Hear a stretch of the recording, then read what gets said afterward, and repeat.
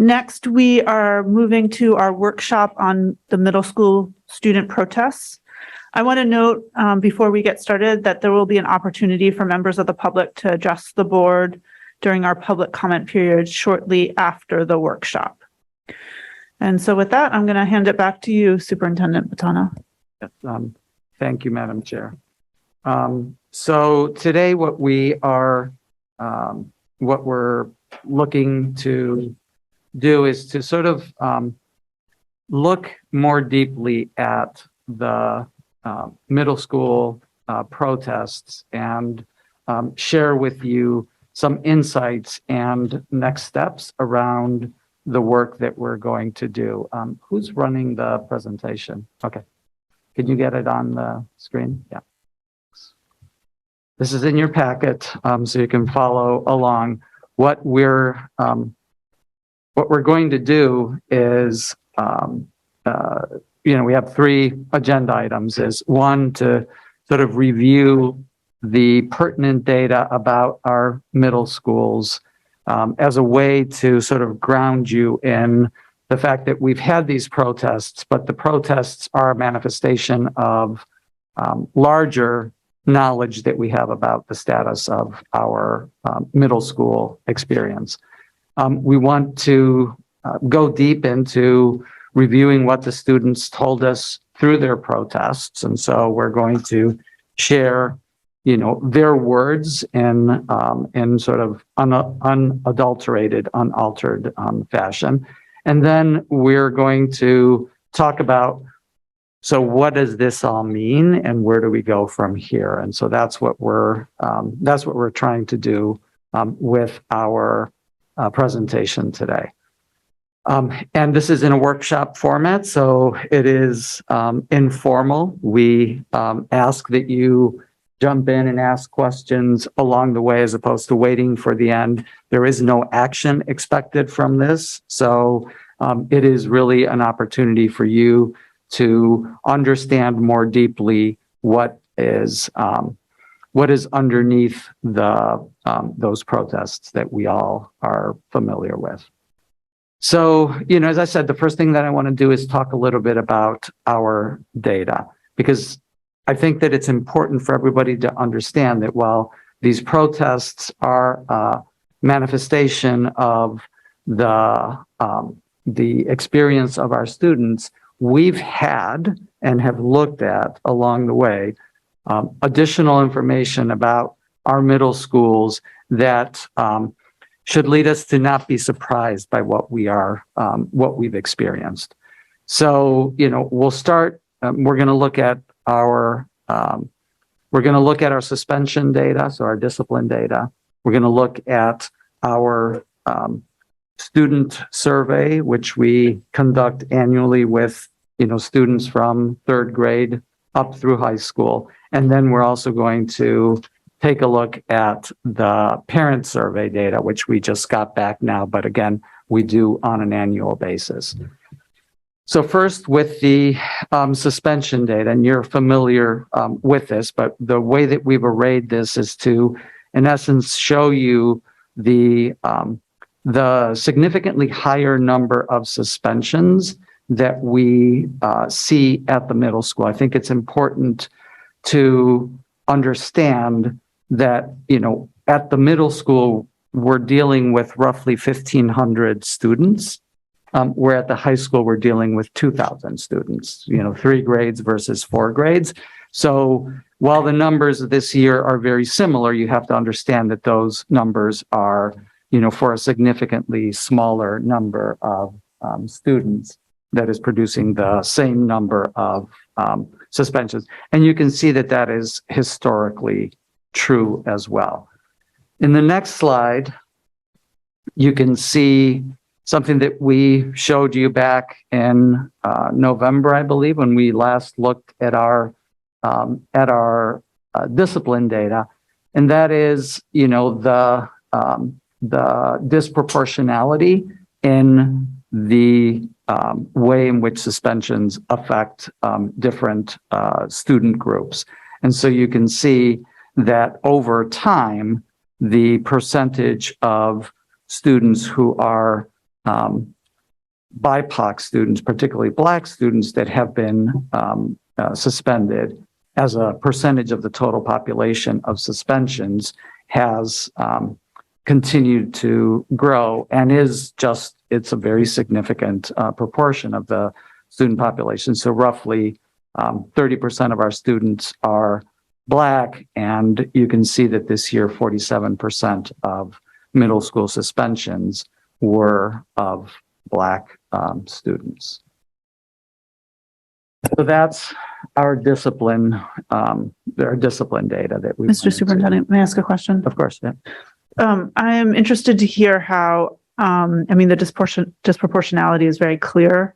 I'm trying to, it'd be helpful for me to hear how you understand these data given the tightening of our policy regarding suspensions, which I believed we passed in 2020, but we tightened the criteria by which you can suspend students.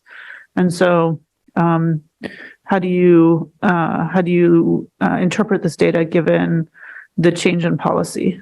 I mean, the change in policy wouldn't have an impact on the disproportionality. I think when we looked at this data back in November, if you recall, we were, somewhat celebratory that, at that point in time, we were seeing significantly fewer suspensions that we had seen up until that point in comparable years. And now that trend has obviously changed. And so I think this has been, an incredibly difficult year. And I think that is resulted in our reverting to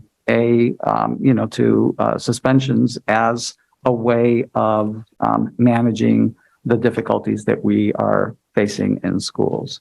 So not to justify it, and I don't have my finger on exactly what reasons are there, but I know that this has been an incredibly challenging year from the perspective of the educators, and I think that that's why you see the increase in the in the number of suspensions, and particularly the disproportionality of those suspensions. And but just to be clear, the policy itself doesn't do anything to. I mean, it discourages. One of the reasons that we change the policy, and one of the reasons that we collect and report the data as we do, is because we are aware of and want to reverse the trend of disproportionality. And unfortunately, as you can see, that's not the way that that's playing out. I have two follow-up questions. One is, are we confident that all of the suspensions meet the criteria set forth in our policy? I can't answer that question. We expect that they do. And, but I don't know every single suspension. So I will have to assume that they do. And then second, I believe when we considered that policy, we talked about including what I think we called at the time an equity check or an equity checklist. And I wonder if these data suggest that we should, perhaps the policy committee should take that up in the next year in their work. I mean, we are planning to do an in-depth look at our discipline data as required by the board policy in August. And I think at that time, that would be a great, conversation for us to have. Okay, thank you. Okay, so moving along to our student survey data. The student survey is something that we began administering in 2018. It's designed to give us a perspective from the student's voice of how they're experiencing their Portland Public Schools experience. And so what we have here is to show a little bit of the contrast between the responses from our high school students, and then we're going to look at our middle school students. So I think the highlight that I want you to take away from this is that you know, fewer than 20% of our students at the high school level feel that they are that they don't feel safe in school. So, you know, that's almost 18% of our PHS students, 11% of DHS and Casco Bay students responded that way.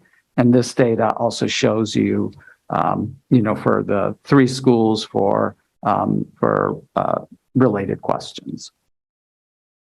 So move to the middle school, and we don't have the exact same questions. So if you go to the next slide, you can see that it's a significantly higher percentage of middle school students that have felt unsafe going to or coming home from school. And, you know, 25% of students feel that they are unsafe physically at our schools. And so that is students that answer the question, I've been concerned about my physical safety at school, saying strongly agree or strongly or somewhat agree.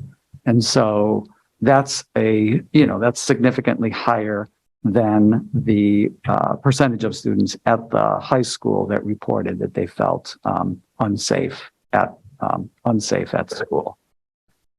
And you can look in the next slide that the response by race is also telling. And, you know, that what you take away from that is that, you know, where 75% of our students who identify as white feel safe in school, fully, you know, between 70% and a third of our students who are Black feel that they are not safe, that they feel that they're concerned about their safety in school. So you can see again that disparity, and, you know, again, sort of drawing the through line to the protests, where a significant part of what we heard from students is their concern about their physical and mental health at school. This gives you, you know, a perspective as to, you know, how prevalent that is. One of the things that we set as a, you know, as a expectation in the Portland Promise is that every student would have a relationship with a caring adult. And so one of the questions that we ask in the survey is, do you have an adult at school that you feel that you can talk to?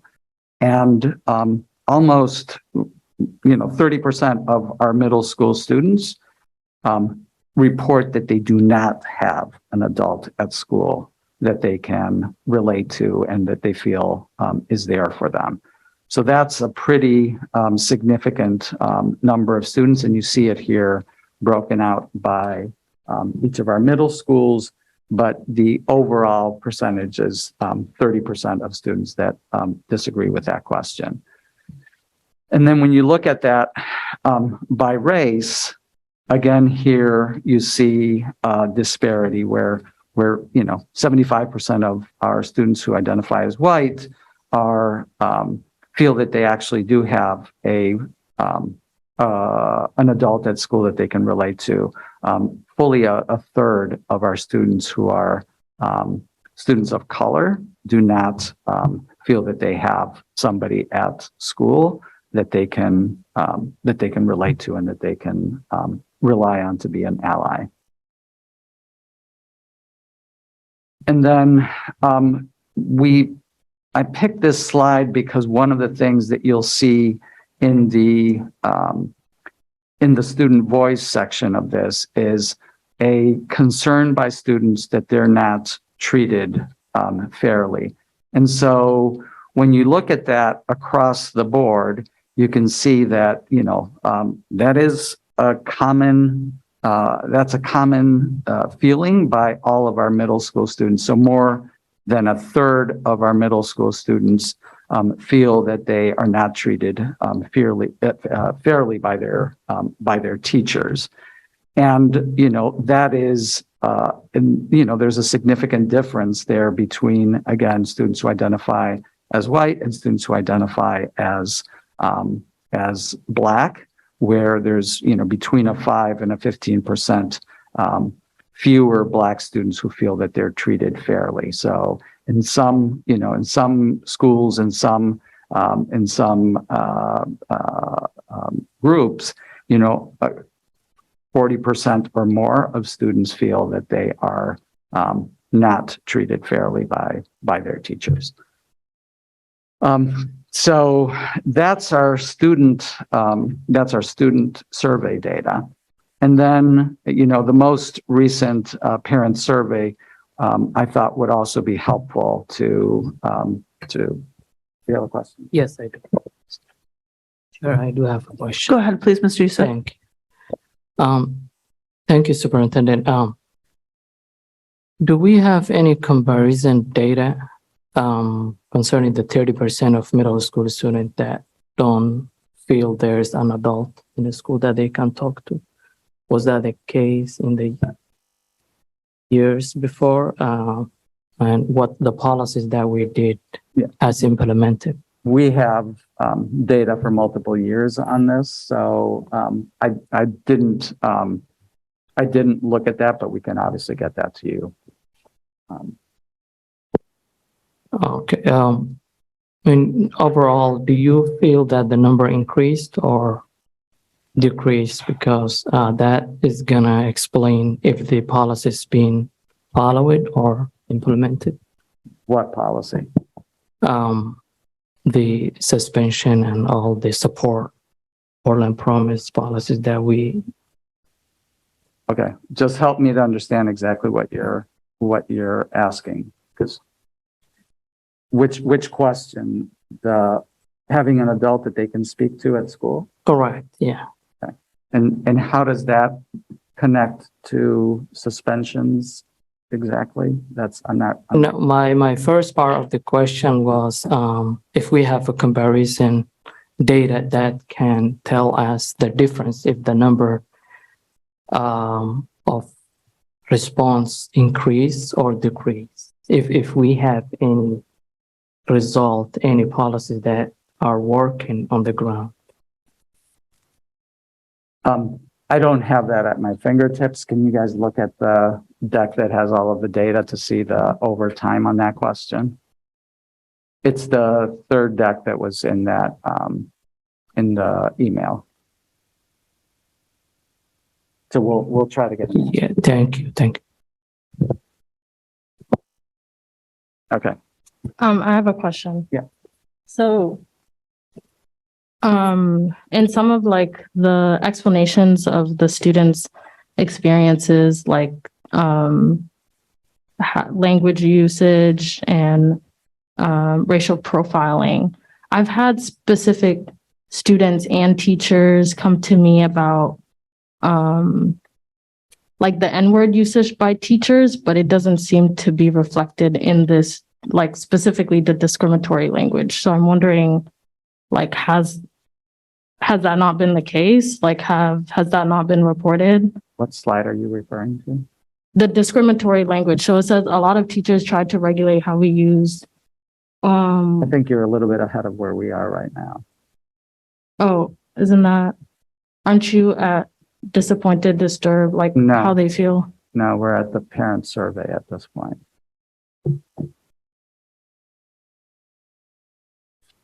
We haven't gotten there. We're getting there shortly. All right, I will ask them.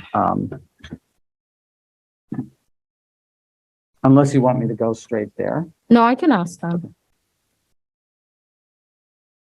Okay, anything else on this before we move into the parent survey? So probably the two most relevant questions on the parent survey are the last two in the columns there.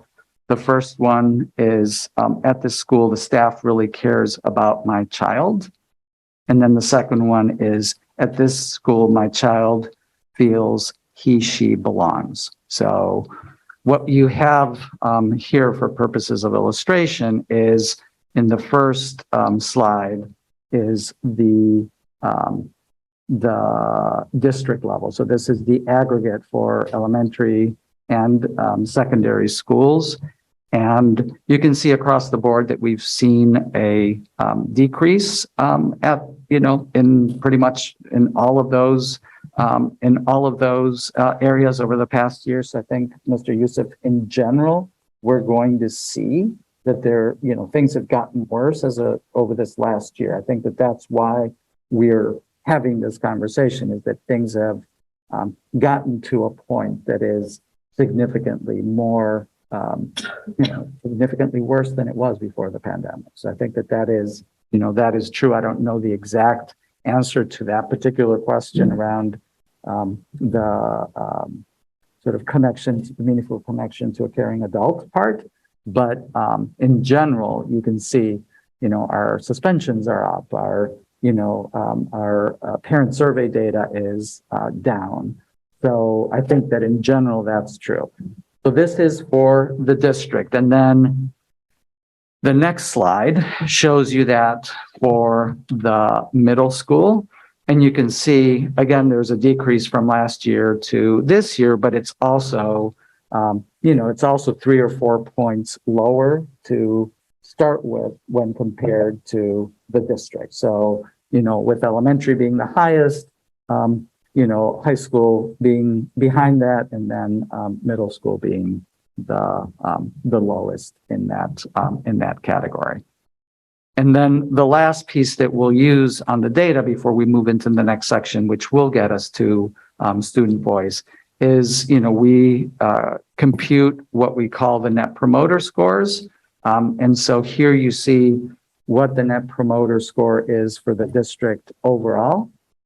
Again, this is lower than it was last year because our overall Net Promoter rate is down, but you can see what it is for the district overall, 41, and then what it is for the middle school, which is 16. And so again, the 3 levels, elementary, high school, and middle school has the lowest rate of net promoters from our parents who responded to the survey.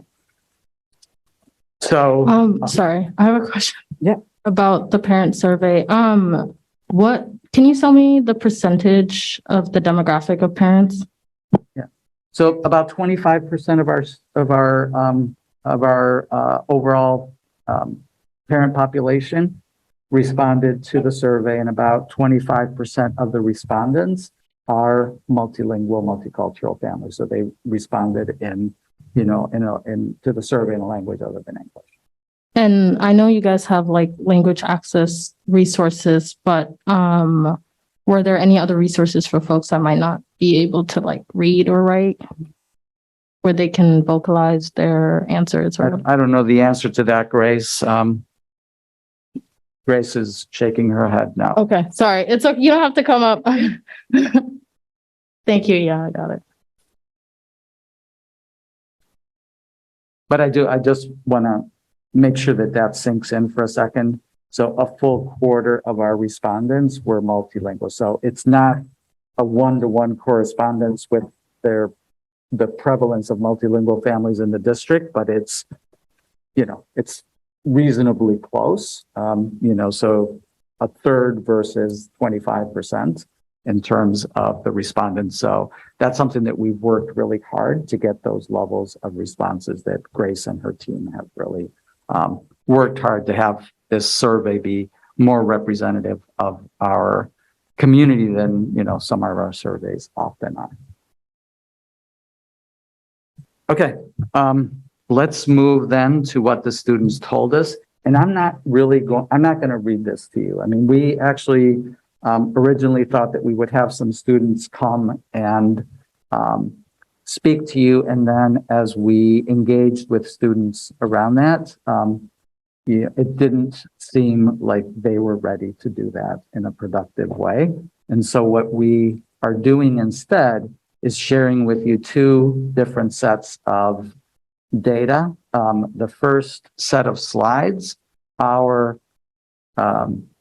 slides that students from Lyman Moore prepared and presented to Lyman Moore faculty. And then the second set is pictures from posters that students at King Middle School did instead of actually going outside to protest as part of the alternative opportunity to share their concerns that we created for them. So what I'd like to do is just to go through them slowly so that everybody both here and at home can see and read those slides, but I'm going to be quiet while we do that just to give people a chance to read them and reflect.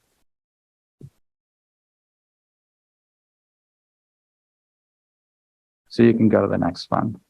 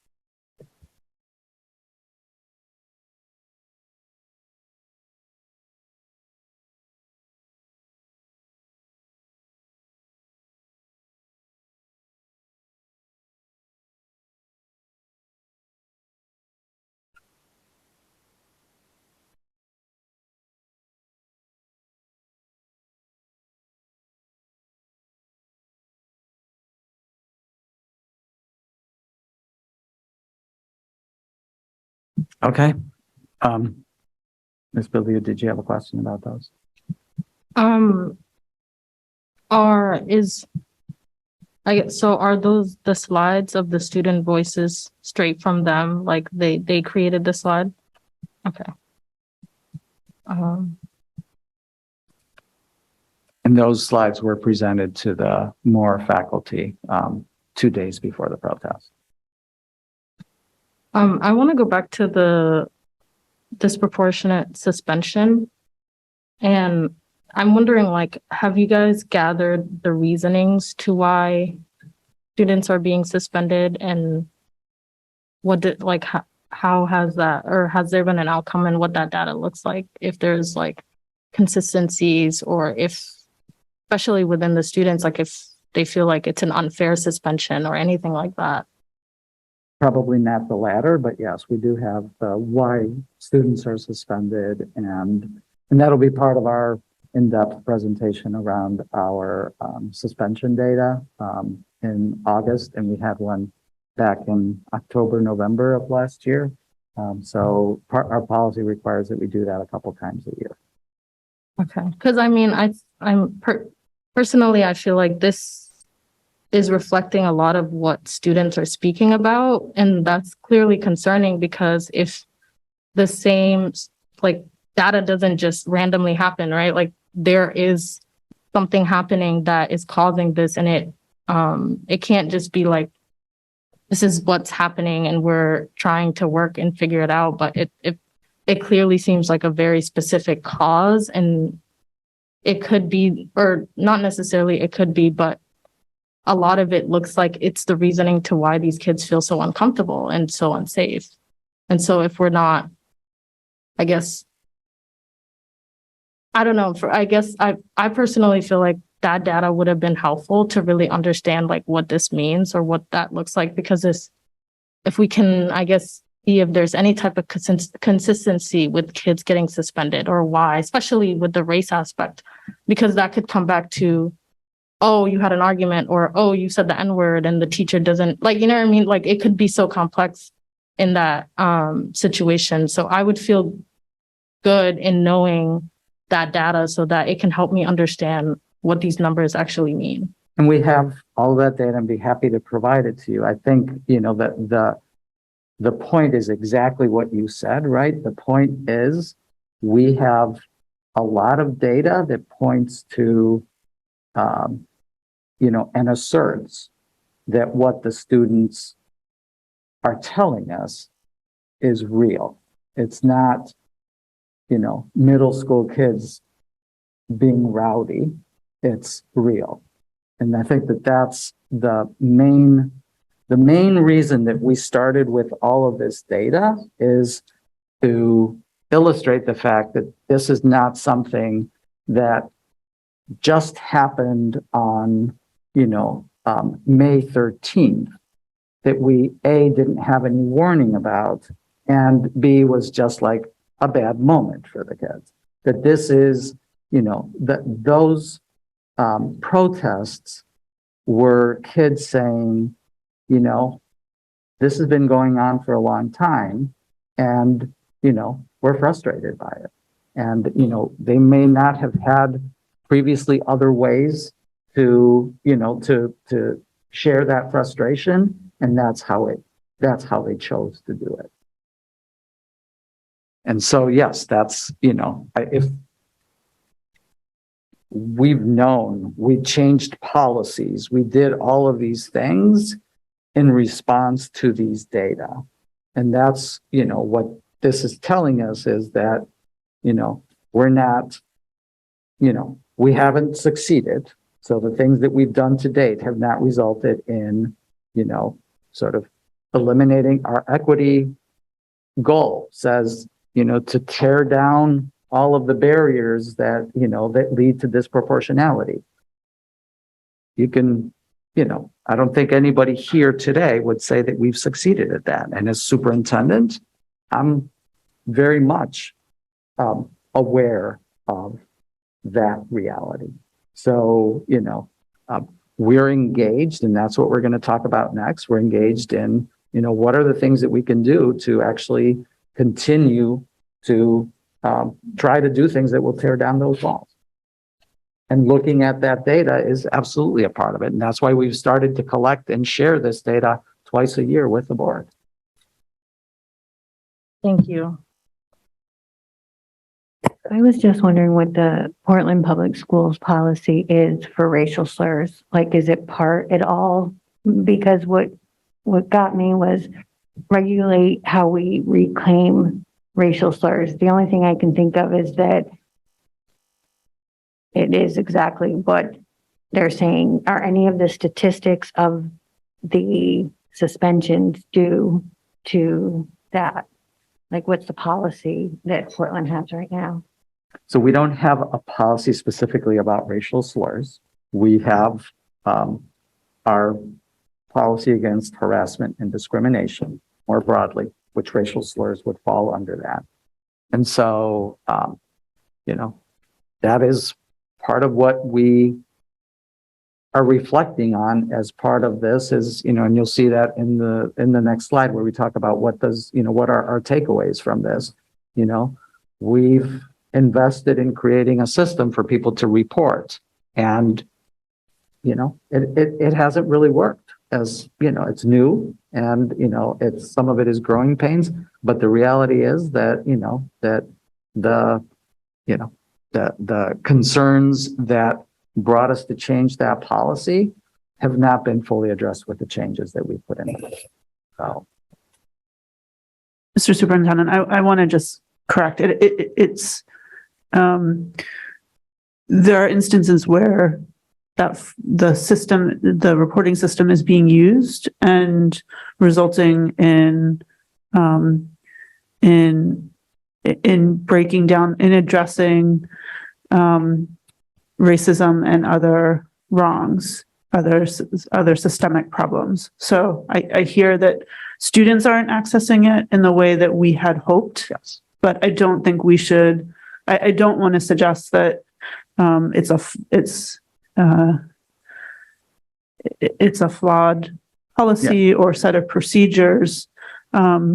We know that we haven't succeeded in enabling students to see it as a way to address what they're experiencing. That's absolutely right. It has been accessed by many, many people, and as I said, it's new, and so it is going through growing pains. I don't know, Aaron, if you wanted to add anything to that. Good evening. Just a quick word, and this will be part of, again, the fall or the August presentation around the data, is the number of reports that we've gotten through the anonymous report by school, by grade span, by, the type of kind of behavior that was reported. And so I'm speaking a little bit off the top of my head, but, we have had, varying levels of traffic throughout the year. At times it's kind of picked up and there have been a few reports, but it has been used. And I think I would guess we'll look at the data and kind of report out on it. But I believe it's been most used by middle school students, actually. So again, there's a lot more that folks need to know and understand, and our capacity to be able to respond in timely fashion. So very much growing pains. But there's some beginning traction there, and we need to double down on making sure all students know how to access it. It's available in multiple languages and things of that nature. But, getting that information out and being positioned both, at the site level and at the central office level to be able to respond in timely fashions are definitely spaces we need to continue to grow and improve around. Just a follow up to that, has there been questions by either staff, parents, or students about not being able to access both that resource, you or Javier? Has there been reports of that? Have you guys, of parents, teachers, or students not feeling like they can access both the program, you or Javier? Well, I guess I would say no, but I would wonder if that's a challenging thing. If they have trouble accessing us, then I may not be in that position to know. I think we do have work to go. We have the website project to make I do think there are real things about making the reporting platform more visible to kids, to adults, to the community, to staff. And so we have plans for that in the website rollout to make that easier to access and, quicker to link. Right now, it's one of the kind of sliding tiles has been the way we've been able to hold it for the moment while we're in this transition. And so, so it's a challenge. It's not a perfect system by any means. Okay. Yeah. Sorry. I just brought that up because I've been getting emails of folks not feeling like they can access both you and them and their teachers or students, or they've taken that step and they haven't felt like they've gotten response. So I just wanted to ask about that. And I guess I would really just take this opportunity to say to the entire board that when you get those complaints, that those should be coming to me. I know, but the complaint was that they didn't have access to you. But they have access. They have access to you, and so if they have access, if they feel more comfortable coming to me and they don't feel that with you, then there's a disconnect. So it's also. But are you able to do anything to? I can ask you why. Right, and that's what I'm saying. Bring it to me because I haven't gotten anything from you about. But that's why I'm asking if you guys have received those reports. If folks have come up to you. No, because you haven't brought them to us. I don't need to, if they're telling me okay, I don't understand why you continuously have this. I already asked my question and it's like.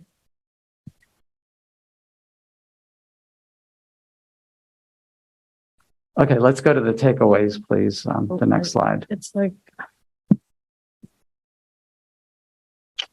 A comment before I go there. Please, Board Member Burke. Yeah, I don't have a question on what's been presented, but I want to say that while I'm disappointed in what I'm seeing, I'm not surprised. It is in, excuse me, in parallel with what we saw from the educator of colors report, with an impenetrable wall of whiteness and a smog of cultural racism being two pieces or metaphors that were used to describe the experience of our educators of color in the district. And if that's true for our adults, how could it not be true for our kids?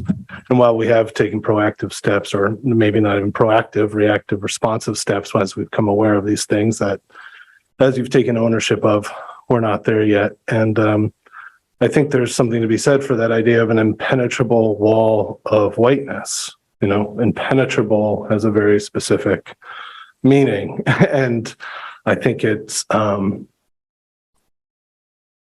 think there's just something to pause and reflect on that. And bringing that up, I'd also like to acknowledge to you, Superintendent, I don't know that we've credited, or I have credited personally speaking for myself, the impact of these things on yourself as an educator of color in our district. I think you've experienced constant pushback and reactions from members of our community, both inside our buildings and externally, that are related to what we're talking about here. So it's an interconnected system. We're all impacted by it. We're talking about our kids tonight, as we should be, but these things are not siloed. They're not separate. They're not, but they are evasive, and they take constant, diligent work. And I'm proud to be part of a team of educators and a body here tonight that is willing to sit here and look at this and look at ourselves, and to do this work. So that's my comment. Thank you, Board Member Burke. Ms. Russell Better. Thank you, Chair. Is it okay, Superintendent, before you go on? Just Yeah, absolutely. excuse me. I just wanted to make a comment and reflecting on Chair Figdor just mentioning that the piece about reporting, our hopes are that when that process is being used, that, we will have more success, right? So I'm just putting that in one piece of this puzzle, but I just also wanted to highlight the piece that I think is much harder to measure, which is the relational and trust piece. And I think, when we have that data of so many students saying they don't feel they have a trusted adult, I mean, that is very striking to me. And I think that also connects to, I think about staff also feeling, do they have supports and, the ability to follow through with what we're trying to do as a district. So just kind of thinking the piece about how do we ensure that both students and staff are feeling, trust and support in making these changes. So I know that's a kind of a nebulous piece, but I just think it's really important in, our reporting and, having steps to have the restorative justice, but also that whole process requires people feeling connected and cared about and supported as both staff and, students definitely need to feel it from staff. So I think just reflecting on that, and also this incredibly, insanely stressful 2 years, like, of course, our staff are also very depleted and not feeling the support. So just, just wanting to reflect on that too, that this is a lot of culture change work that does require digging deep and doing a lot of, internal reflective work that I think we all need to be doing, but that's kind of in conjunction with these other concrete steps. So I think I'm just wanting to reflect on that's longer term work, but I think it's something that we just have to kind of highlight, that the relational and trust piece has to be there for us to be able to make these big changes. So I just wanted to highlight that. Thanks. Thank you, Ms. Russell Better. Yes, Mr. Alza Mealy. You got it. I just wanted it to be mentioned that as a student, I've noticed that there's almost like a segregation during lunchtime. At PHS, we have 2 cafeterias, and I'll notice that students of color are all really in one cafeteria and white students are in the other. And I know that as a student council, we've taken a look at that. I'm not sure what we've really done to combat against that, but I did want it to be known that happens. And yeah. Thank you so much for sharing that, Mr. Alza Mealy. Oh, tongue twister tonight. Where'd she go? Yes, Miss Ellis. Well, first, I'd just like to say that I have seen similar things at Casco and also in middle school. I know that it's a bit more difficult of an issue because a lot of that is social groups among students, but that is something that I've observed as well. I just had a broader clarifying question about the slides that we were looking at before. So those were made by the students. The ones that are the student voice ones. Those were like, Yeah. okay. And then the And posters are pictures of Yes. posters that the kids. were they made by students from all through middle schools or This just, does not represent Lincoln. okay, It's just the blue and white slides right, okay. and the others you. are King. Is,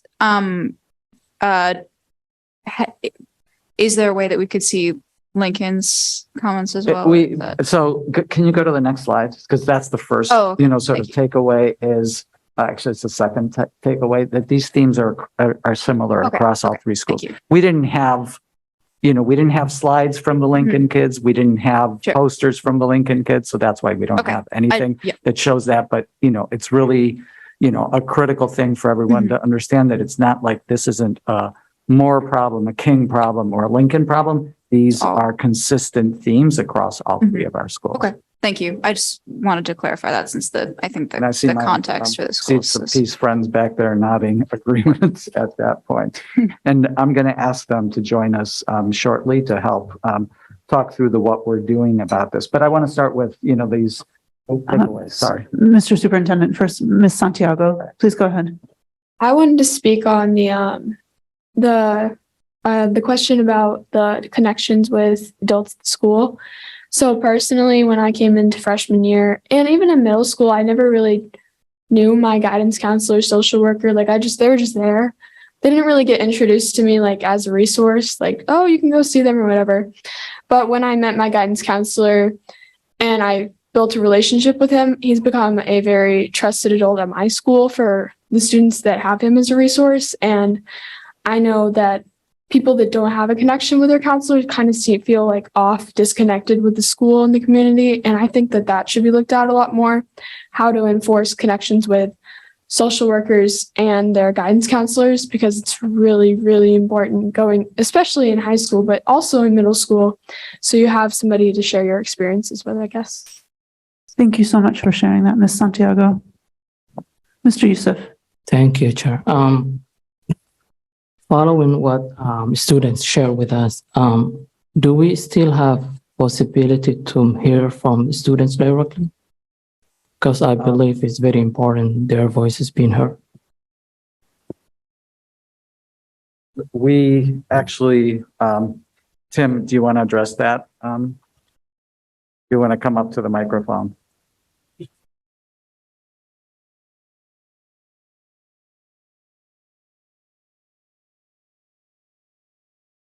Tim Wilson from Seeds of Peace has been working with us for the past few weeks to begin to tackle some of these issues. I don't want to belabor what you're going through.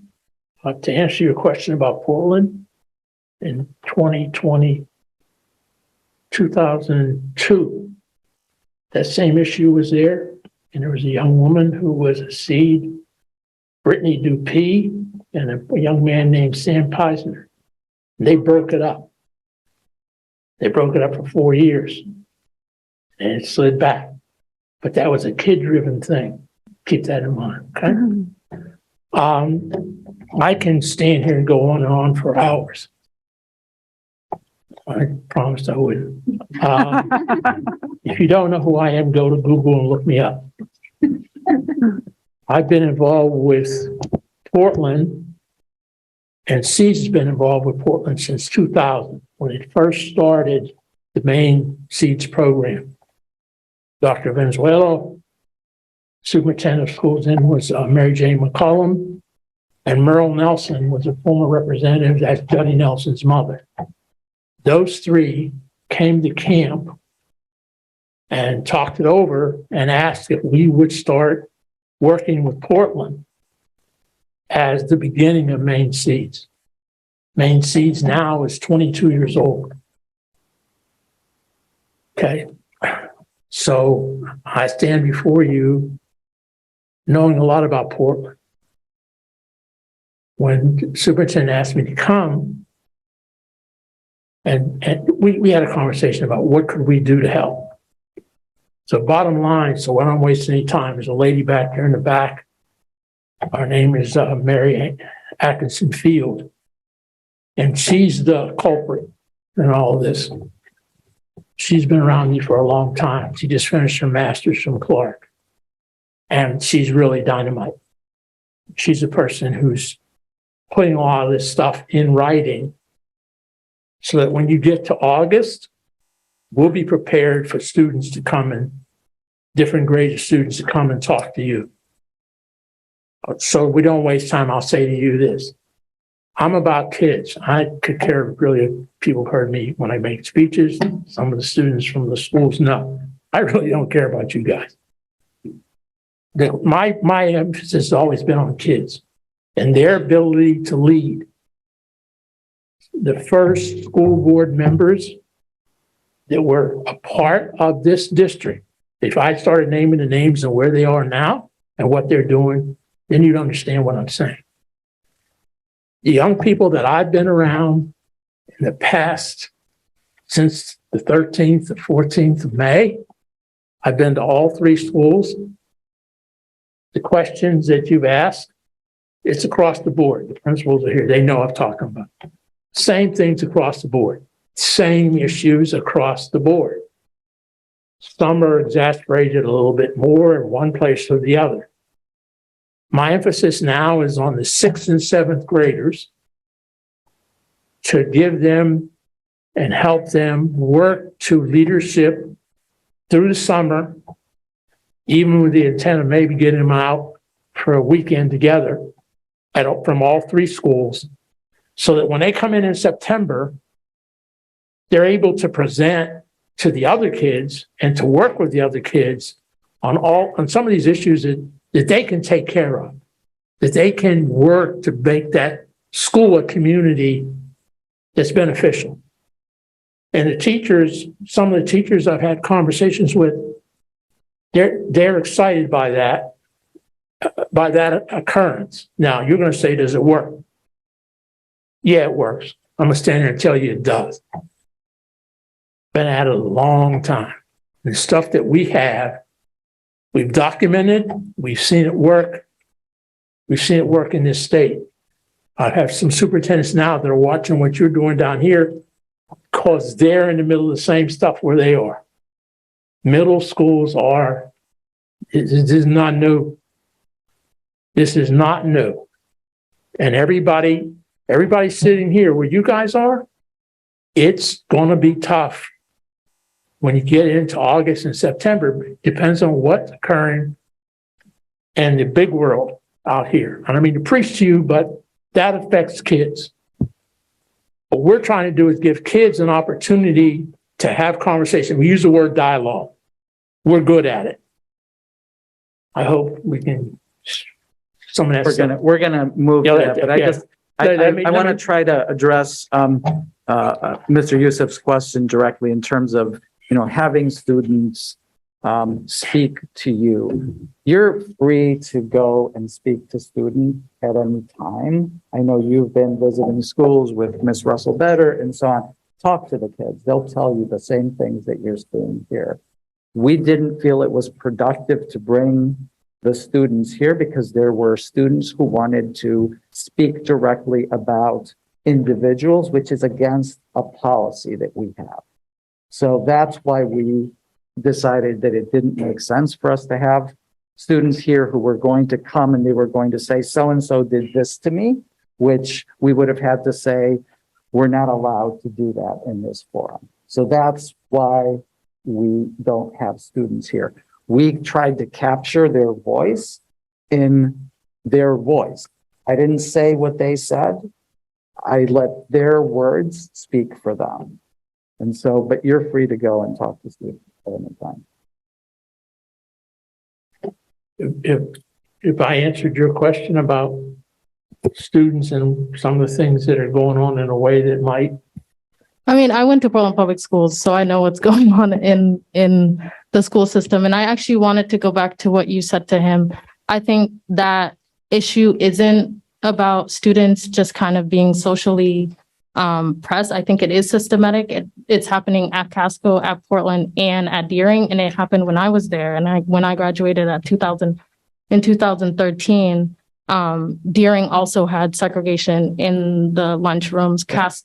Portland also even then had segregation in the classrooms or not in the classrooms, in the cafeteria. And I think that speaks to the larger aspect of we're not socially integrating our kids enough to teach them about some of their own differences or some of their own different cultures or some of the ways in which they might not be able to work as well. And when I went to Portland Public Schools, almost all of the oppression I experienced was from white students and white teachers. So it's not, I think I really want to debunk this idea of there's just so many data. It's just been happening for so long. We just aren't equipped to deal with it. It's literally, he just said 2002 and I just said 2013. When are we going to have the programming to actually fix these problems instead of just it continuing until we figure out the time and place for us to be ready to do it? I just think it's crazy that we have kids here literally reminding us that these problems are still so real and so so distinct. And I think it's crazy that it also always ends up being the kids to have to literally express themselves and bring a whole list of all the things they're experiencing just for these problems to then be on the spotlight again, for them to be seen again, or for teachers to be held accountable again. It's just honestly, I'm constantly traumatized. It's just too much, especially the fact that I experienced it for 12 years in the same school system. Let me interrupt you for a minute. I don't speak to you the same way I speak to my growing children. I'm 81 years old. I've been in Maine since 1960, off and on, permanently in 1966. I'm the first Black teacher at a secondary school, and it wasn't in Portland. It was in Dexter. That should tell you something. Okay, number one. And number two, to answer your question, my wife is so angry about what's going on right now. If she were here, I'd let her talk. You have to understand that the things that some of us fought and stood for and marched, and I have brothers who were in the Second World War, and one died for it. You don't think that we're not upset? And see, what I'm trying to get you to understand is, historically, this stuff it's getting worse in some places. Some of the stuff that we fought to change, we backed up on. Getting back to your point. The only thing I can tell you is the only way this is going to work or make Portland better is when people like yourselves decide to belly up to the bar. In other words, get involved. Like Mr. Boitana said, go visit with some of these kids. And you said this happened in 2013. I see people that I had 20 years ago, 15 years ago. A couple guys are superintendents now. And they say the same thing to me right now. COVID and the politics are scaring people out of the teaching profession.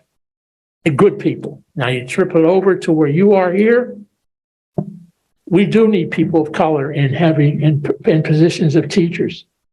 It's a fact. Because kids can't, the only way I can say to you is, I wish I could give you a real history lesson of Maine when it comes to what you're talking about, Maine in general, and what I now see from what I saw in 1966 and what I saw when I was teaching again in different parts of this state. I've taught all over this state, college, whatever. I'm trying to say to you that this is a difficult place to be right now with the influx of folk who are new here, coming from different places they came from someplace, but they wanted to be like where they came from. And sometimes in Maine, we were doing fine. We were doing the right thing. But then all of a sudden it got skewed. And we're going to have a tough time. 2022, I said enough. You do Don't it. go too far because you're on next. Okay. But just so, can we go to the takeaways slide? Yeah. So, first of all, I said this earlier, that this is real. This is not made up. There is, we've seen a lot of data, but, to also, talk directly to the kids is, you can feel their, their anger and their pain are real. These things are actually happening to them, and they are, it's traumatizing.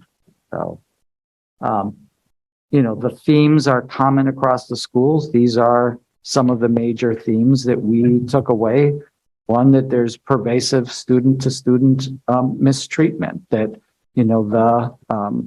the way in which, students treat each other is, something that is constantly traumatizing for students.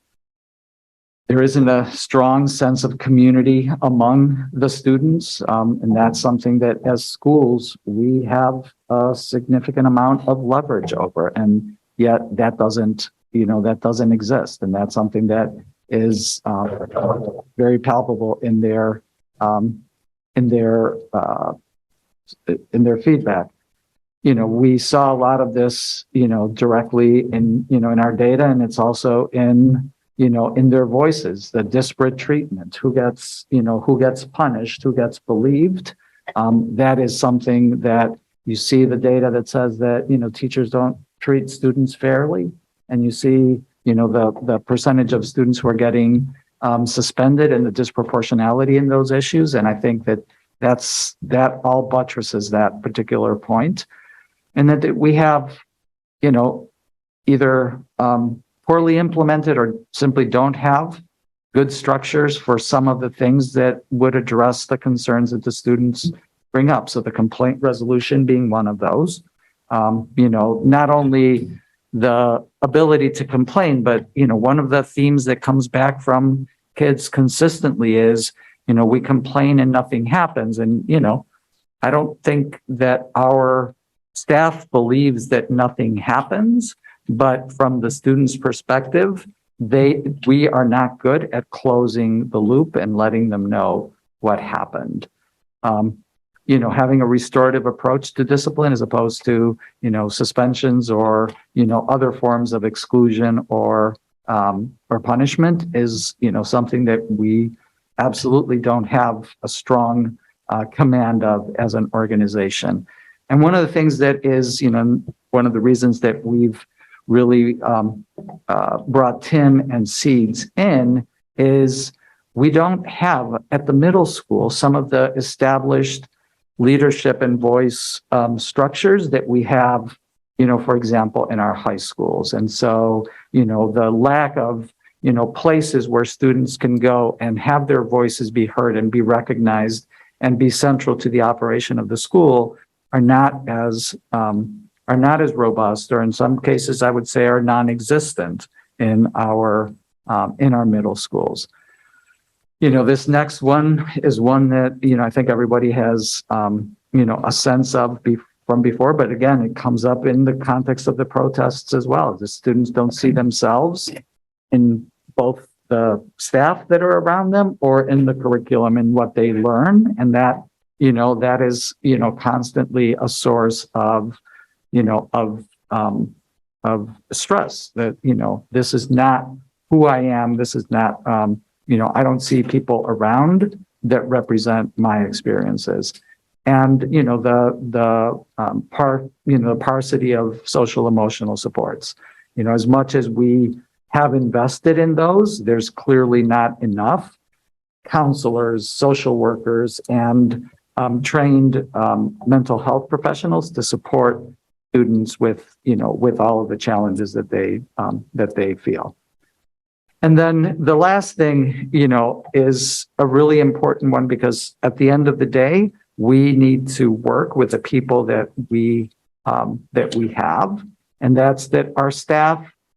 Well, I have tremendous faith and tremendous confidence in the fact that they want to address these challenges, but they don't know how to do it, and they're fearful. of doing it wrong. And that leads to paralysis, that leads to a sense of, I need somebody to teach me how to do this work, which is, it's incredibly important for us to collectively have a sense of agency and commitment to address these challenges. And yes, there's skills that people don't have that they need to have, but there's just dispositions that we need to bring to roll up our sleeves and face these data and say, this is not okay. And we've got to do better and we've got to do something about this. And that's, I think, I believe that our staff want to do that. And, that with support that they'll be able to do that. So those are the big themes from the protests that I wanted to sort of reflect on, and then move into this next step, which is the work that we're currently doing, because it's like, okay, so we know all of this. What are the things that we're trying to do to get us to this, to get us to a better place? And so, the way that we've arrayed this is a set of slides that just summarize what the work is that we're trying to do at each of the schools. And while the themes are consistent and the activities fall into similar categories, they are, idiosyncratic and specific to each school. And this is where Tim and Mary, who have been helping us to do this work, along with the principals, with Barrett, who is in the back of the room, can help us to make sure that we've got all of these pieces and are able to answer any questions that you have. So, we're going to start with more. Next slide, please. So, at more, these are the things that we're doing that are student facing, as well as the things that are with the staff. So I don't know, Tim, if you want to talk about any of this work, or Principal Donaldson or Barrett, if you want to add any perspective to this. I think again, I didn't mean to get off a little bit going over some of the stuff, but end of year events, the dialogue that's coming up for more is one that addresses some of the things that they've been talking about. I met with some of the leadership last week, and it was very interesting. And we used what you saw at the very beginning, community norms.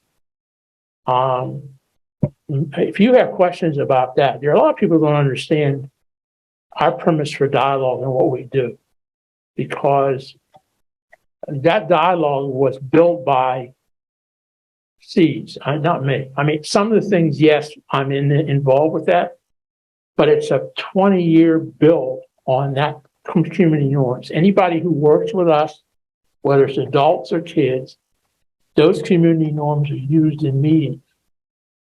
If you can't follow those, especially when you're talking to young kids, if you can't stay within the framework of those norms, then you can't be in the room, because it goes back to learning how to respect and trust people when you're communicating.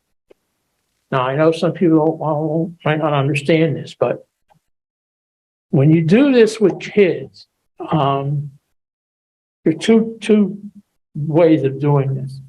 We have facilitators who've been trained to work in groups with kids. And over the last 6 months, I've been forcing the issue with the parent company to create K-12, because over the last 10 years, I've been asked by superintendents and principals, Tim, can't you drop that down levels? And over the last 6 months, I just said, because of what I was seeing, we got to figure out how to drop the levels of working with kids all the way down as early as we can. I had experience of dealing with kids kindergarten. It's probably the most fun I've had in years. And it was over reading a book that that showed the differences in people and these little kids, just the questions they ask and how they dealt with it, said to me, this is a beginning. We need to do more of that. So we're not trying to change anybody. We're just saying, yeah, a little boy over there's a little boy just like you, but he goes to that church, or he has this kind of dog at his house, so that they get that piece that we're talking about. But that grows, and how it grows is respect for each other. Now, you notice I don't use the word like, I don't use the word love. First thing out of whatever I do is respect. I respect you as another human being doing the best you can to live in this world. And that's how we work. Now, the experience that we've set is that all the three middle schools, some of them are going to be doing something towards the end of school. One group is going to do something called color games. The other group is doing dialogue. And Lincoln is doing a mix of things. But this is a continuing summer-long work. I've committed to the summer myself, along with a couple other people, to work with these kids that we found in the three schools. Sixth graders will be seventh graders will be eighth graders. At the same time, the eighth graders who, when I use the term, went off the rails a little bit, a lot of them said, well, we want to meet with you too. So I've set up a situation where I will be meeting with them, so if they get a chance to talk before they go to high school, a chance to really, I guess, really talk to each other and figure out what they're going to do when they get to high school to be better students and be better people. That's the end game for us. So in the end of August, you would have an opportunity to meet with these kids, some of these kids here. Our intent is to have these kids get together this next year's seventh and eighth graders at a weekend workshop beforehand to put all their stuff together with the three schools together, all three schools, so that they have their own opportunity to speak to each other about what they want to do when they get to school.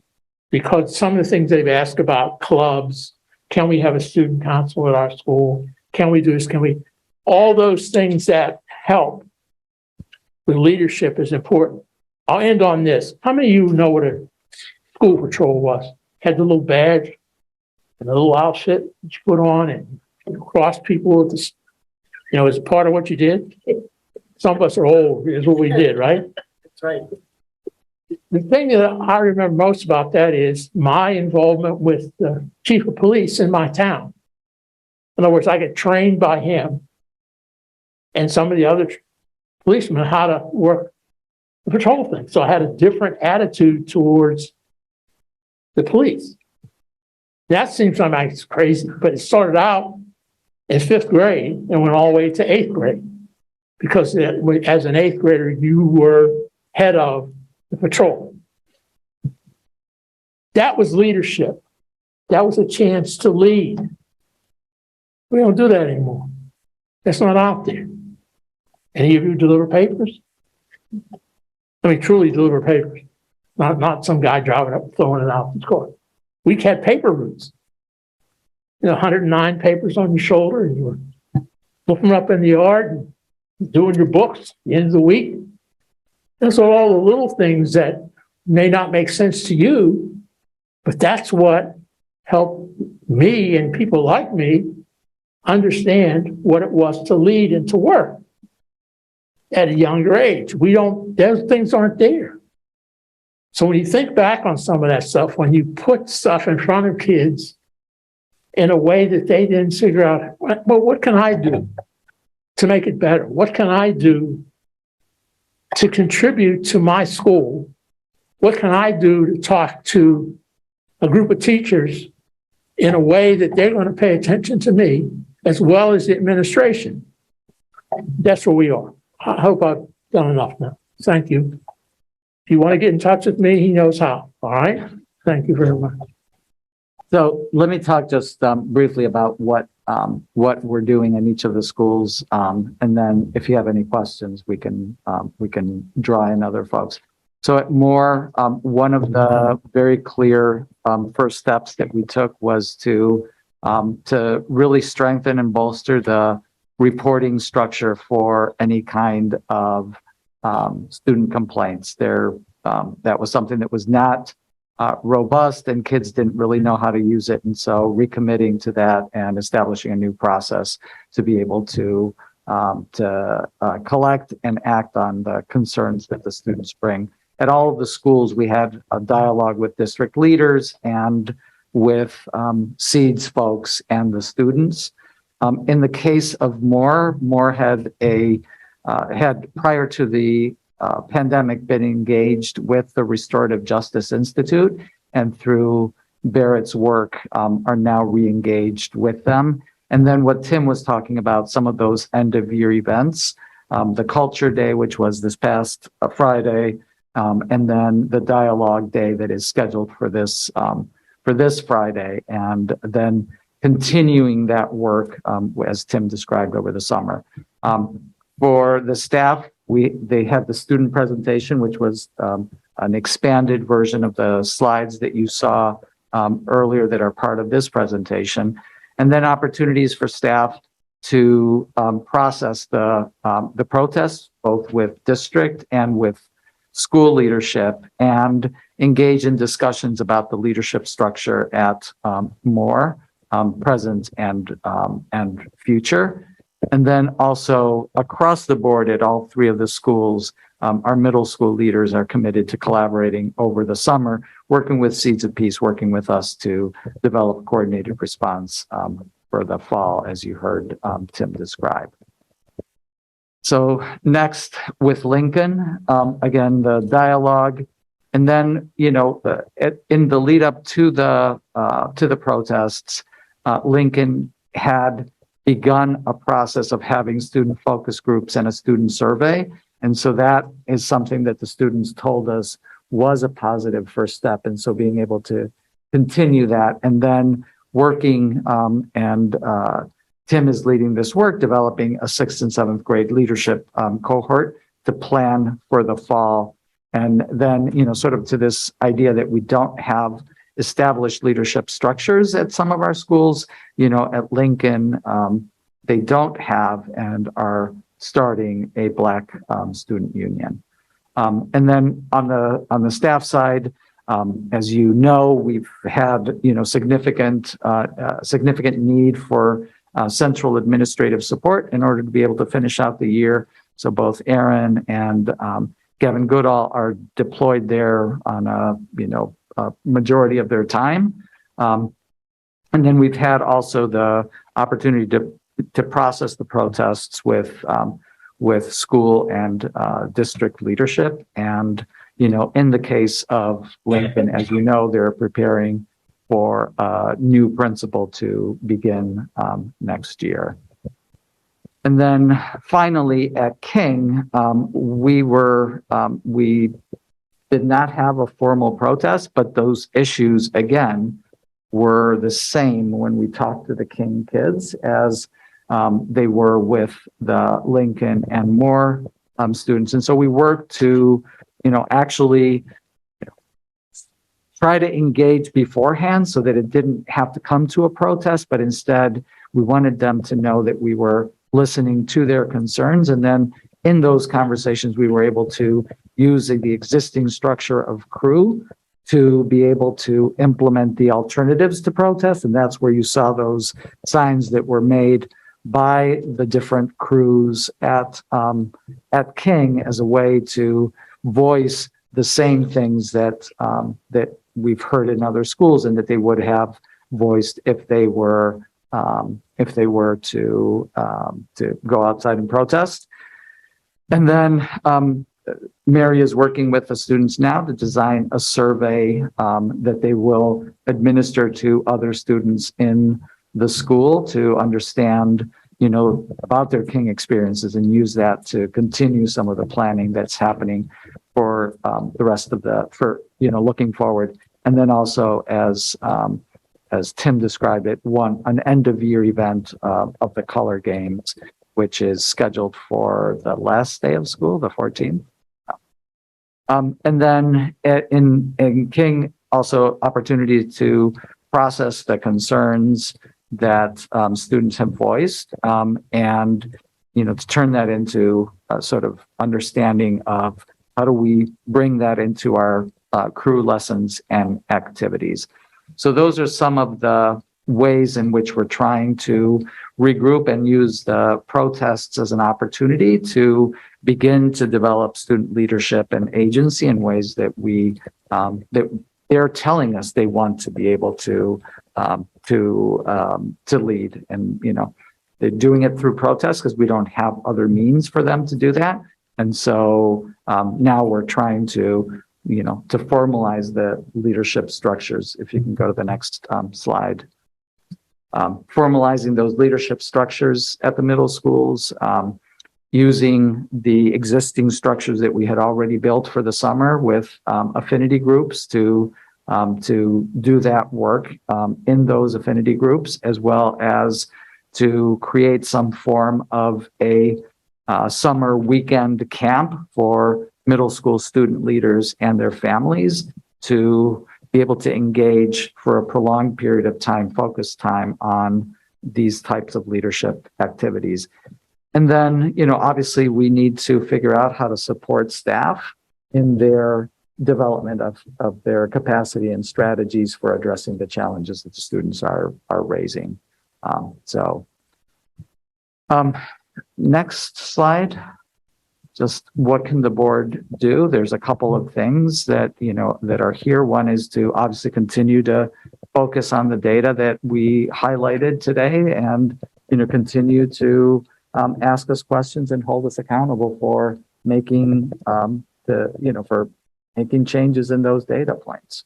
That's what that's what we've set out to do. And that's where, that's where the board really needs to continue to focus and hold us accountable for that. And then, we have a first read today, and then at the next board meeting, we're going to ask you to use some of the board's contingency line to help support some of these activities that we've described today to respond to the request. So the summer activities and the work that we're trying to get done. Thank you so much, Mr. Superintendent. May I suggest another area where the board could address the situation, which is with when we get to, in short order, when we get to using our remaining COVID funds. I hope that we can consider using those funds, including the public process that we'll undergo in terms of participatory budgeting, to use resources that we have available in the next couple of years to help address some of what we talked about today. And whether it's the lack of social emotional supports and much else that we adjust. And I also would like to again put on the table that I believe we need to go back to our suspension policy, as well as our behavior, as well as our discipline policies, and look at those policies again and consider substantially tightening those policies.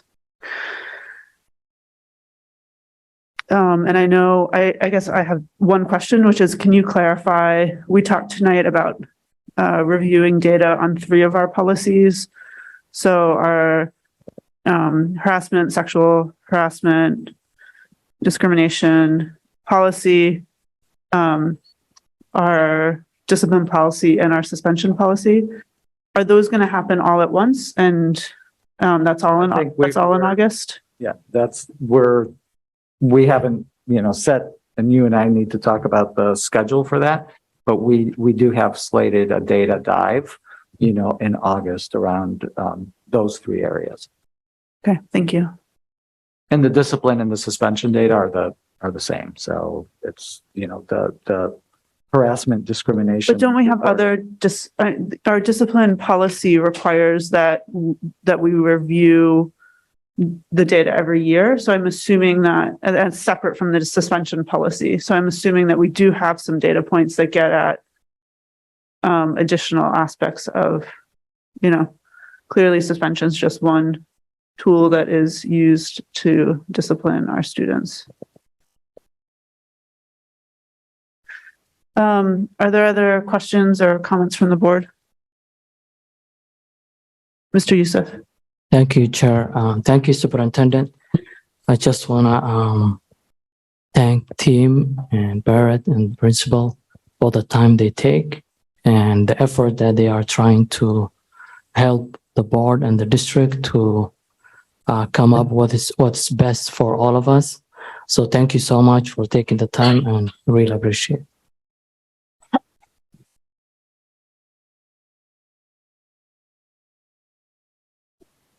Board Member Burke. Yeah, I'm going to be raggedy and then lean into that commitment that we saw from Seeds of Peace. One, I want to say my comments earlier were not meant to be like claps on my back or our back as a district for the things that we have done as we've learned.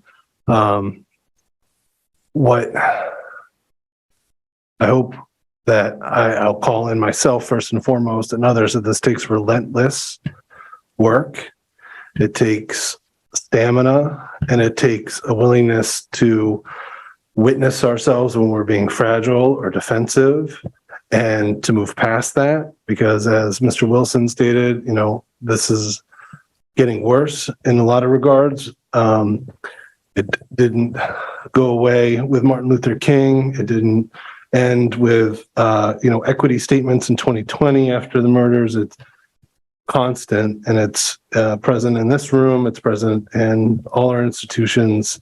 And it takes each of us, particularly us as white folks, to do the work and stay in the work and acknowledge that as much as we might go to a Seeds of Peace event and feel good about ourselves, or might have a conversation with a friend and feel good about ourselves, that doesn't end racism or systemic racism and its harmful effects. But it takes constant work. So I'm inviting my colleagues here that I see who look like me to be here with me and to stay into this work this way. I'm here to do the work.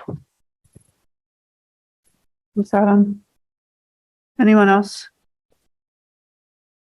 Okay, I also want to thank Mr. Wilson for being here tonight and for all of his work in our schools over the last 3 weeks, and for the work you're going to do moving forward, and to the whole Seeds team.